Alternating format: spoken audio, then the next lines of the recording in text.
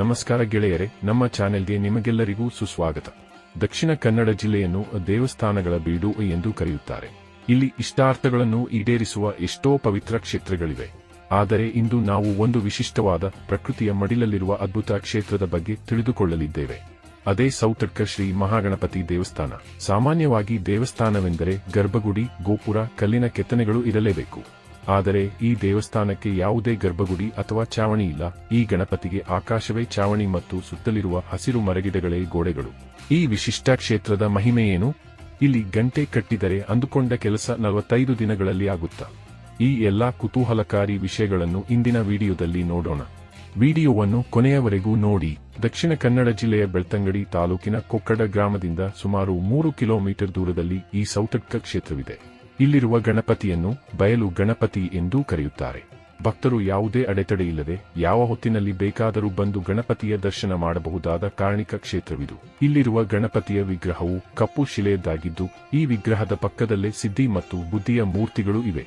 ಇಲ್ಲಿನ ಗಣಪತಿಗೆ ದರ್ಪೆಯಿಂದ ಪೂಜೆ ಸಲ್ಲಿಸಿದರೆ ಆತ ಅತೀವ ಪ್ರಸನ್ನನಾಗುತ್ತಾನೆ ಎಂಬ ನಂಬಿಕೆಯಿದೆ. ಈ ಕ್ಷೇತ್ರದ ಇತಿಹಾಸ ಬಹಳ ಕುತೂಹಲಕಾರಿಯಾಗಿದೆ.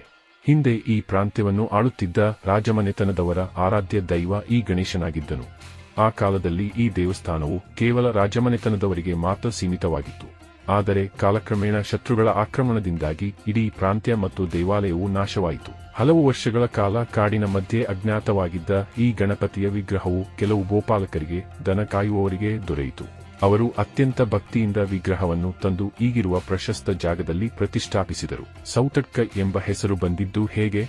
ಈ ದೇವಸ್ಥಾನಕ್ಕೆ ಸೌತಡ್ಕ ಎಂಬ ಹೆಸರು ಬರಲು ಒಂದು ಸುಂದರವಾದ ಕಾರಣವಿದೆ. ಅಂದು ಗಣಪತಿಯನ್ನು ಕಾಡಿನಿಂದ ತಂದು ಪ್ರತಿಷ್ಠಾಪಿಸಿದ ಗೋಪಾಲಕರು ತಮ್ಮ ಬಳಿ ಬೆಳೆಯುತ್ತಿದ್ದ ಸೌತೆಕಾಯಿಯನ್ನು ನಿತ್ಯವೂ ನೈವೇದ್ಯವಾಗಿ ಅರ್ಪಿಸುತ್ತಿದ್ದರು. ಸೌತೆ ಎಂದರೆ ಸೌತೆಕಾಯಿ, ಅಡ್ಕ ಎಂದರೆ ಬಯಲು ಅಥವಾ ಮೈದಾನ ಎಂದು ಅರ್ಥ. ಹೀಗಾಗಿ ಈ ಕ್ಷೇತ್ರಕ್ಕೆ ಸೌತಡ್ಕ ಎಂಬ ಹೆಸರು ಬಂದಿದೆ. ಇಂದಿಗೂ ಭಕ್ತರು ಇಲ್ಲಿ ಗಣಪತಿಗೆ ಸೌತೆಕಾಯಿಯನ್ನು ನೈವೇದ್ಯವಾಗಿ ಅರ್ಪಿಸುವುದು ವಿಶೇಷ. ಮತ್ತೊಂದು ಅಚ್ಚರಿಯ ವಿಷಯವೆಂದರೆ, ಭಕ್ತರು ಈ ಗಣಪತಿಗೆ ಸುಂದರವಾದ ದೇವಸ್ಥಾನ ಕಟ್ಟಲು ಮುಂದಾದಾಗ ಗಣಪತಿಯು ಅವರ ಕನಸಿನಲ್ಲಿ ಬಂದು ತಾನು ಮುಕ್ತ ವಾತಾವರಣದಲ್ಲಿಯೇ ಇರಲು ಇಚ್ಛಿಸುವುದಾಗಿ ತಿಳಿಸಿದನಂತೆ. ಹಾಗಾಗಿ ಈಗಲೂ ಈ ಕ್ಷೇತ್ರ ಬಯಲಾಗಿಯೇ ಉಳಿದಿದೆ. ಗಂಟೆಗಳ ಪವಾಡ ಮತ್ತು ಹರಕೆ. ಸೌತಡ್ಕ ಕ್ಷೇತ್ರದ ಅತ್ಯಂತ ದೊಡ್ಡ ವಿಶೇಷವೆಂದರೆ ಇಲ್ಲಿ ಕಾಣಸಿಗುವ ಸಾವಿರಾರು ಗಂಟೆಗಳು.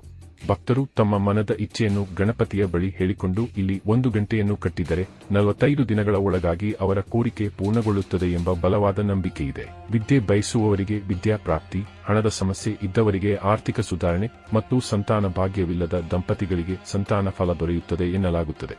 ಕೋರಿಕೆ ಈಡೇರಿದ ನಂತರ ಭಕ್ತರು ಬಂದು ವಿವಿಧ ಗಾತ್ರದ ಗಂಟೆಗಳನ್ನು ಹರಕೆಯಾಗಿ ಅರ್ಪಿಸುತ್ತಾರೆ. ಮಕ್ಕಳ ಅನ್ನಪ್ರಾಶನಕ್ಕೂ ಇದು ಪ್ರಶಸ್ತವಾದ ಜಾಗವಾಗಿದೆ. ಈ ಕ್ಷೇತ್ರದಲ್ಲಿ ಪ್ರತಿದಿನ ಭಕ್ತರಿಗೆ ಮಧ್ಯಾಹ್ನ ಅನ್ನದಾನದ ವ್ಯವಸ್ಥೆ ಇರುತ್ತದೆ.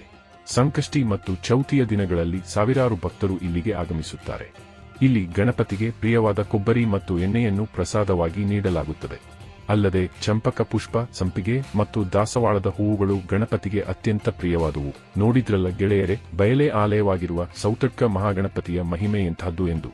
ನೀವು ಒಮ್ಮೆಯಾದರೂ ಈ ಕ್ಷೇತ್ರಕ್ಕೆ ಭೇಟಿ ನೀಡಿ ಆ ಗಣಪನ ಆಶೀರ್ವಾದ ಪಡೆಯಿರಿ. ಈ ವಿಡಿಯೋ ನಿಮಗೆ ಇಷ್ಟವಾಗಿದ್ದಲ್ಲಿ ಲೈಕ್ ಮಾಡಿ, ನಿಮ್ಮ ಸ್ನೇಹಿತರೊಂದಿಗೆ ಶೇರ್ ಮಾಡಿ ಮತ್ತು ಇಂತಹ ಹೆಚ್ಚಿನ ಮಾಹಿತಿಗಾಗಿ ನಮ್ಮ ಚಾನೆಲ್ ಸಬ್ಸ್ಕ್ರೈಬ್ ಮಾಡಿ. ಧನ್ಯವಾದಗಳು.